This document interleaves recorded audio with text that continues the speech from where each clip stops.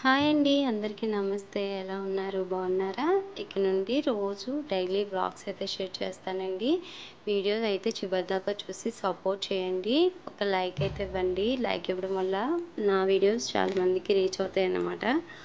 ఇంకా ఇప్పటి నుండి నా డెలివరీ స్టోరీ 1 బై 1 చెప్దాం అనుకుంటున్నాను. మా పెద్ద బాబుది మధ్యలో ఒక బాబు చనిపోయారు కదా హార్ట్ ప్రాబ్లంతో, ఆ బాబుది, ఇప్పుడు చిన్న బాబుది, అందరివి వరుసెట్టి ఒకటి తర్వాత ఒకటి స్టోరీ చెప్దాం అనుకుంటున్నాను. ఫస్ట్ వచ్చేసి ఇంటర్ ఎగ్జామ్స్ అవ్వగానే పెళ్ళైతే అయిపోయిందండి. పెళ్ళైపోయింది. మా మేనత్త కొడుకు అని, మా నాన్న వాళ్ళ అక్క కొడుకు అని చేసేసారు కొన్ని రీజన్స్ వల్ల.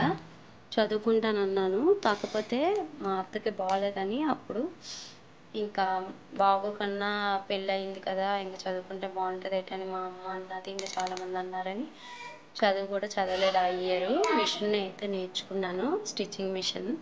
అలా లైట్గా ఉంది. అంటే కొత్తగా పెళ్ళయింది కదా, ఎక్కువగా క్లాస్కి వెళ్ళేదాన్ని కదా, అంటే సగం రోజులు అక్కడ ఉంటే సగం ఇక్కడ ఉండేదాన్ని అన్నమాట. అందువల్ల ఎక్కువగా క్లాసులకి గట్టి వెళ్ళేదాన్ని కాదు. బట్ నా బట్టలు అయితే నేను కుట్టేసుకుంటాను. తర్వాత లాస్ట్గా మిషన్ కొన్నాము. 1 ఇయర్ కోర్స్ కదా, సరిగ్గా వెళ్ళకపోయినా నాకు సర్టిఫికేట్ అయితే ఇస్తారు. నాకు అప్పుడే అర్థమైంది సర్టిఫికేట్స్ ఉన్న వాల్యూ ఉండదు, సబ్జెక్ట్ ఉండాలని అర్థమైంది.